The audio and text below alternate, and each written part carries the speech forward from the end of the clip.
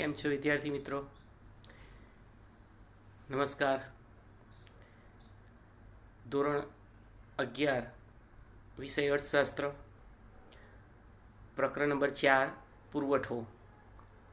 વિદ્યાર્થી મિત્રો, ગયા સેશનમાં આપણે પુરવઠાનો નિયમ ભણ્યા અને કિંમત અને પુરવઠા વચ્ચે સીધો સંબંધ છે એની સમજૂતી મેળવી. હવે ત્યાંથી આપણે એક સ્ટેપ આગળ વધીએ. તમારા પાઠ્યપુસ્તકના પેજ નંબર 40 ઉપર એક નવો ટોપિક છે અને ટોપિકનું નામ છે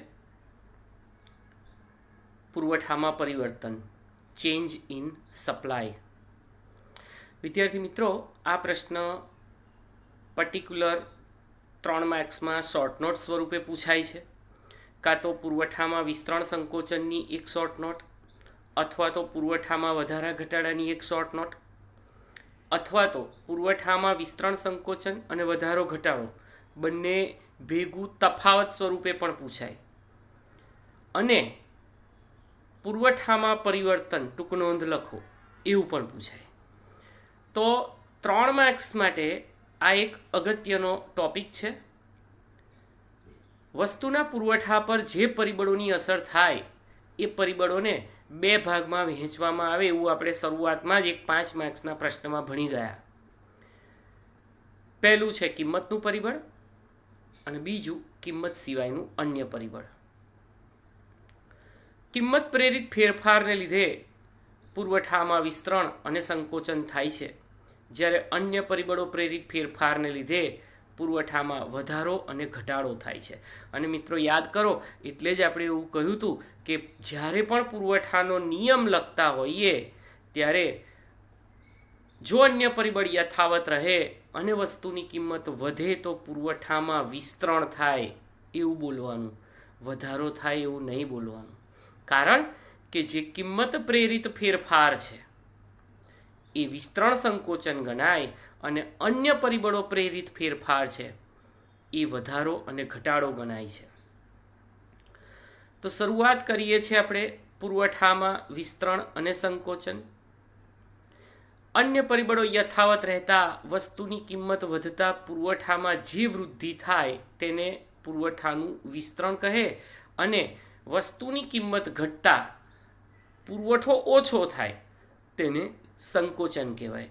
પણ અહીંયા પૂર્વ શરત છે, જો અન્ય પરિબળ યથાવત રહે તો પેઢીઓની સંખ્યા, ભવિષ્યના ભાવની અટકળો, અન્ય વસ્તુના ભાવ, આ બધું સ્થિર રહેવું જોઈએ. ત્યાં અંડરલાઈન કરી રાખજો.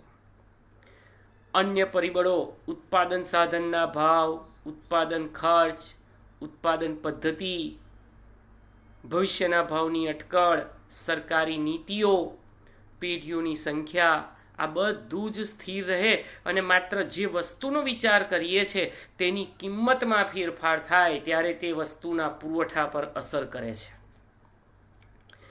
અહીંયા જુઓ વિદ્યાર્થી મિત્રો, એક અનુસૂચિ આપી છે અને એ અનુસૂચિમાં સફરજન કિલોગ્રામ એની કિંમત આપી છે જે 50 રૂપિયાથી વધીને 90 રૂપિયા સુધી જાય છે. એની બાજુમાં સફરજનનો પુરવઠો છે. જેમ જેમ કિંમતમાં વધારો થાય છે પુરવઠો કિલોગ્રામમાં વિસ્તરણ પામે છે. તમે જુઓ, 50 રૂપિયા કિંમત હતી ત્યારે 200 કિલોગ્રામ પુરવઠો. આ જ અનુસૂચિને આકૃતિમાં પણ દર્શાવેલ છે. એક્સ ધરી પર વસ્તુનો પુરવઠો કિલોગ્રામમાં અને વાય ધરી પર વસ્તુની કિંમત રૂપિયામાં દર્શાવેલ છે. આકૃતિમાં એક્સ ધરી પર વસ્તુનો પુરવઠો અને વાય ધરી પર કિંમત છે. વસ્તુની કિંમત ₹70 હતી ત્યારે એસએસ પુરવઠા રેખાના એ બિંદુએ એ સમતુલામાં વસ્તુનો પુરવઠો 600 કિલોગ્રામ હતો. એ બિંદુએ 600 કિલોગ્રામ, તમે બિંદુ જોઈ શકો છો પાઠ્યપુસ્તકમાં.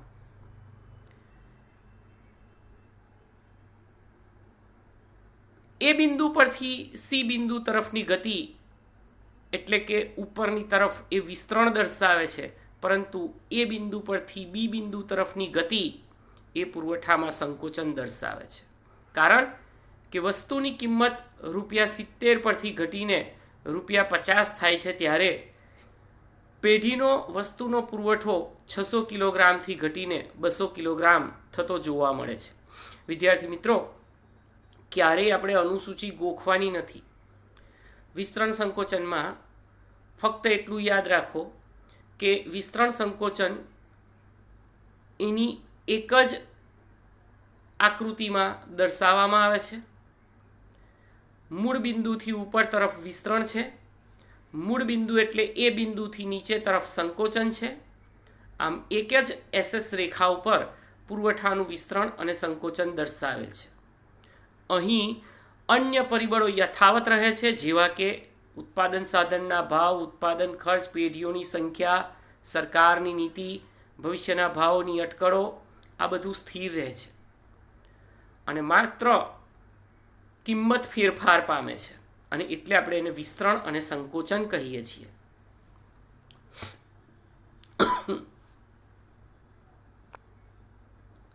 બીજું છે વધારો અને ઘટાડો. વિદ્યાર્થી મિત્રો, કિંમત સિવાયના અન્ય પરિબળોમાંથી કોઈ પણ એક કે એક કરતાં વધારે પરિબળોમાં ફેરફાર થાય અને પુરવઠામાં જે પરિવર્તન આવે તેને આપણે વધારો કે ઘટાડો કહીએ છીએ. ત્યાં અંડરલાઈન કરજો. હવે અહીંયા કિંમત સ્થિર રહેશે મિત્રો અને પુરવઠામાં વધઘટ થશે. અહીંયા આપણે વિસ્તરણ સંકોચન નથી બોલવાનું, અહીંયા આપણે વધારો અને ઘટાડો બોલવાનું છે, કારણ કે તે અન્ય પરિબળો પ્રેરિત ફેરફાર છે. જો ઉત્પાદનના સાધનોનો ભાવ ઘટે, ઉત્પાદન ખર્ચ ઘટે, ઉત્પાદન પદ્ધતિમાં સુધારો થાય, અન્ય વસ્તુના ભાવ ઘટે, સરકારની નીતિ એવી હોય, પોલિસી એવી હોય કે ભાઈ પુરવઠો વધારે બહાર પાડો, પેઢીઓની સંખ્યા વધે, તો આ સંજોગોમાં ભલેને વસ્તુની કિંમત સ્થિર રહે કે એમાં ફેરફાર ન થાય, છતાં પણ પુરવઠામાં વધારો થતો જોવા મળશે. આ સંજોગોમાં મૂળ પુરવઠા રેખા પોતાના સ્થાનેથી જમણી તરફ સ્થાન બદલશે, એટલે કે એક નવી પુરવઠા રેખા અસ્તિત્વમાં આવશે.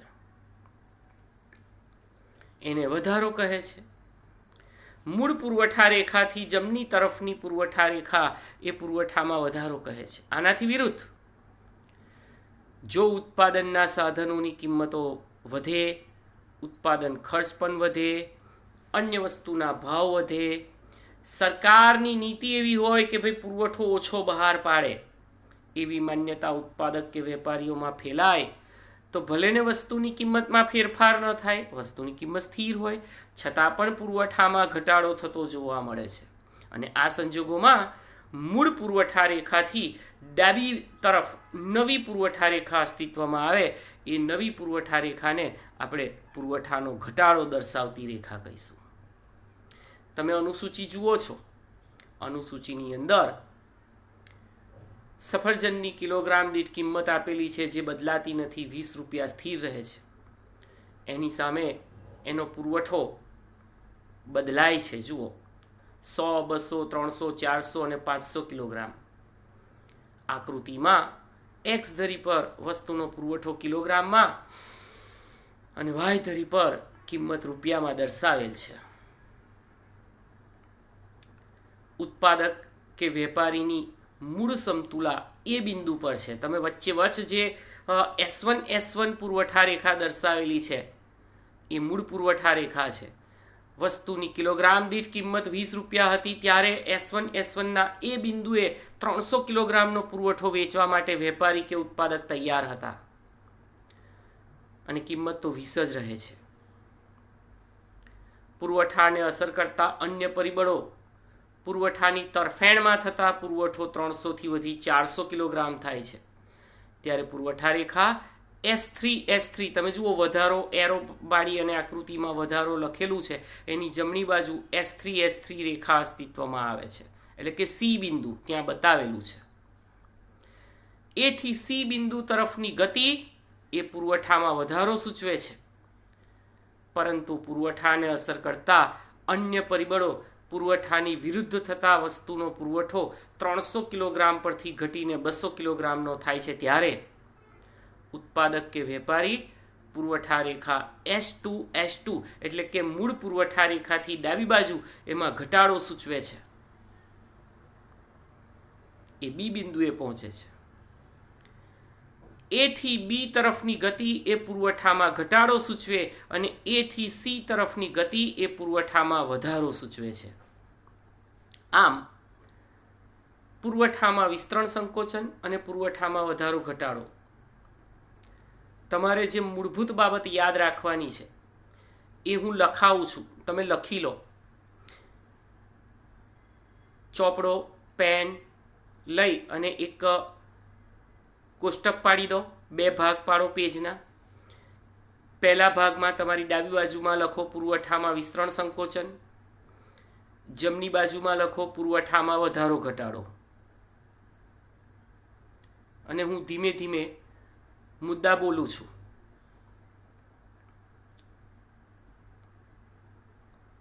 ચલો રેડી. પહેલો મુદ્દો, ડાબી બાજુ પુરવઠામાં વિસ્તરણ સંકોચન તરફ લખો. અહીં અન્ય પરિબળો સ્થિર રહે છે. અહીં અન્ય પરિબળો સ્થિર રહે છે. સામે લખો એટલે કે વધારા ઘટાડામાં, અહીં કિંમત સ્થિર રહે છે. અહીં કિંમત સ્થિર રહે છે. બીજો મુદ્દો, ડાબી બાજુ વિસ્તરણ સંકોચનમાં લખો, તે કિંમત પ્રેરિત ફેરફાર છે. તે કિંમત પ્રેરિત ફેરફાર છે. સામે વધારા ઘટાડામાં લખો, તે અન્ય પરિબળો પ્રેરિત ફેરફાર છે. તે અન્ય પરિબળો પ્રેરિત ફેરફાર છે. 2 મુદ્દા થયા. ત્રીજો મુદ્દો લખો, ડાબી બાજુ વિસ્તરણ સંકોચનના કોલમમાં લખો, તે એક જ પુરવઠા રેખા વડે દર્શાવાય છે. તે એક જ પુરવઠા રેખા વડે દર્શાવાય છે. સામે લખો એટલે કે વધારા ઘટાડામાં જમણી બાજુના કોષ્ટકમાં, તે એક કરતાં વધારે પુરવઠા રેખા વડે દર્શાવાય છે.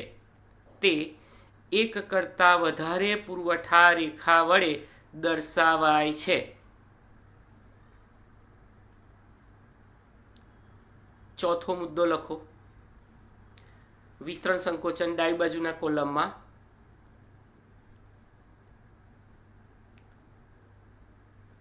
મૂળ બિંદુથી ઉપરની તરફ વિસ્તરણ તેમજ મૂળ બિંદુથી નીચેની તરફ પુરવઠામાં સંકોચન સૂચવે છે. ફરી બોલું છું, વિસ્તરણ સંકોચન બાજુ ડાબી બાજુના કોલમમાં જ લખવાનું છે. હું ફરી બોલું છું, મૂળ બિંદુથી ઉપરની તરફ વિસ્તરણ તેમજ મૂળ બિંદુથી નીચેની તરફ પુરવઠામાં સંકોચન સૂચવે છે. સામે લખો વધારા ઘટાડામાં ચોથો મુદ્દો, મૂળ પુરવઠા રેખાથી જમણી બાજુ વધારો તેમજ મૂળ પુરવઠા રેખાથી ડાબી બાજુ પુરવઠામાં ઘટાડો સૂચવે છે. ફરી બોલું છું, જમણી બાજુ વધારા ઘટાડાના કોષ્ટકમાં ચોથો મુદ્દો ફરી બોલું છું, મૂળ પુરવઠા રેખાથી જમણી બાજુ વધારો તેમજ મૂળ પુરવઠા રેખાથી ડાબી બાજુ ની પુરવઠા રેખા ઘટાડો સૂચવે છે. 4 મુદ્દા થયા તફાવતના. 5મો મુદ્દો તમારે ચોપડીમાં આપેલી બંને અનુસૂચિ, વિસ્તરણ સંકોચનની અનુસૂચિ વિસ્તરણ સંકોચનમાં અને વધારા ઘટાડાની અનુસૂચિ વધારા ઘટાડામાં, અને 6થો મુદ્દો આકૃતિ પેન્સિલથી વિસ્તરણ સંકોચનના કોલમમાં અને વધારા ઘટાડાની આકૃતિ વધારા ઘટાડાના કોલમમાં. એટલે તમારા 6 મુદ્દા થઈ ગયા. વિદ્યાર્થી મિત્રો, તમે ખાલી આ તફાવત યાદ રાખશો ને તો પણ ભલે ને એકલું વિસ્તરણ સંકોચન પૂછાય કે એકલું વધારો ઘટાડો પૂછાય, તમે ખૂબ જ સરળતાથી આ પુરવઠામાં પરિવર્તન લખી શકશો. અહીંયા આજના સેશનનો છેલ્લો પ્રશ્ન, પુરવઠાના નિયમના અપવાદો. ત્યાં 3 માર્ક્સ લખો. Exceptions to the law of supply, નિયમ માત્ર અપવાદને પાત્ર. આ અપવાદ એટલે શું? જે પુરવઠાના નિયમને ખોટો પાડે છે. એકચ્યુઅલી આપણે જેને અપવાદ કહીએ છીએ ને એ વિવાદાસ્પદ છે. ઘણા અર્થશાસ્ત્રીઓ વચ્ચે મતાંતર છે આ અપવાદોના અનુસંધાનમાં. પુરવઠાના નિયમમાં જણાવ્યા મુજબ કિંમત અને પુરવઠાના ધન સંબંધને બદલે બંનેની વચ્ચે વ્યસ્ત સંબંધ થઈ જાય. એટલે શું થાય કે ભાઈ વસ્તુની કિંમત વધે છતાં પુરવઠો ઘટે અને કિંમત ઘટે છતાં પુરવઠો વધે, આવું બને ત્યારે તે પુરવઠાના નિયમનો અપવાદ ગણાય છે. આવા અપવાદો તમને પરીક્ષામાં 3 માર્ક્સમાં ટૂંકનો સ્વરૂપે અને કેટલીક વખતે માત્ર ટાઇટલ 1 માર્ક્સમાં પૂછાય કે ભાઈ પુરવઠાના નિયમના અપવાદ જણાવો, માત્ર ટાઇટલ. તો આપણે જોઈએ પહેલો અપવાદ, અલભ્ય વસ્તુ. અલભ્ય એટલે શું? જે ઉપલબ્ધ નથી તે, સહેલાઈથી અવેલેબલ નથી તે. કેટલીક વસ્તુઓની કિંમતમાં ગમે તેટલો ફેરફાર થાય છતાં પણ એના પુરવઠામાં આપણાથી ફેરફાર કરાવી શકાતો નથી, કારણ કે આવી વસ્તુઓ અપ્રાપ્ય છે, અલભ્ય છે. ઉદાહરણ તરીકે પ્રાચીન કાળના સિક્કા, કલાકૃતિઓ, પ્રાચીન પુસ્તકોની મૂળ હસ્તપ્રત. દાખલા તરીકે જવાહરલાલ નહેરુએ એમના હસ્તે લખેલું ડિસ્કવરી ઓફ ઇન્ડિયા, ગાંધીજીએ એમના હસ્તે લખેલું સત્યના પ્રયોગો, એ એક જ કોપીમાં હોય, એનો પુરવઠો ના હોય કોઈ દિવસ. પ્રાચીન મૂર્તિ, આ બધાની કિંમતો વધે ને છતાં પણ પુરવઠો વધારી શકાતો નથી. વાસ્તવિકતા એ છે કે અલભ્ય વસ્તુનું નવું ઉત્પાદન શક્ય નથી. આથી એ પુરવઠો વધારી શકાતો નથી, જેથી તે પુરવઠાના નિયમનો અપવાદ ખરેખર જોવા જઈએ તો નથી. પણ છતાંય આપણે યાદ રાખવાનું છે અલભ્ય વસ્તુઓ. બીજો અપવાદ, નાશવંત વસ્તુઓ. દૂધ, દૂધની બનાવટ, લીલા શાકભાજી, માંસ, ઈંડા, માછલી, પાકા ફળ, ફૂલ, આ બધી નાશવંત વસ્તુઓ છે જેનો ઉપયોગ કરતાની સાથે જ એ નાશ પામે છે, અંત આવે છે. આવી વસ્તુઓના ભાવ ઘટી જાય ને તો પણ એનો પુરવઠો ઘટાડી ન શકાય. કારણ શું ખબર છે? આવી વસ્તુઓનો સંગ્રહ ન થઈ શકે. વસ્તુના ભાવ વધે કે ઘટે તો પણ પુરવઠામાં બહુ મોટો ફેરફાર અહીંયા થતો જોવા મળતો નથી.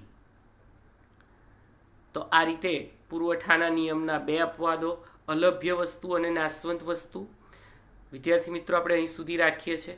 હોમવર્કમાં તમારે 2 પ્રશ્નો લખવાના છે. પુરવઠામાં પરિવર્તન, એમાં 2, એક વિસ્તરણ સંકોચન, બીજું વધારો ઘટાડો. આકૃતિ અને અનુસૂચિ મેં તમને લખાયું છે ત્યાં દોરી દેજો તફાવતના બંને ભાગમાં. અને બીજું પુરવઠાના નિયમના અપવાદો, 3 માર્ક્સની આ એક ટૂંક નોંધ. હવે પછી આ પ્રકરણમાં બજારમાં વસ્તુનું કિંમત નિર્ધારણ જોઈશું, જ્યાં માંગ અને પુરવઠો બંને રેખાઓની મદદથી એક આકૃતિ અને સમતુલાની કિંમત. પછી આપણે આ ચેપ્ટર પૂર્ણ થશે. તો નેક્સ્ટ સેશનમાં આપણે એ ક્વેશ્ચન જોઈશું. આજના હોમવર્કમાં આ 2 ટૂંક નોંધો તમારે લખવાની છે. Thank you.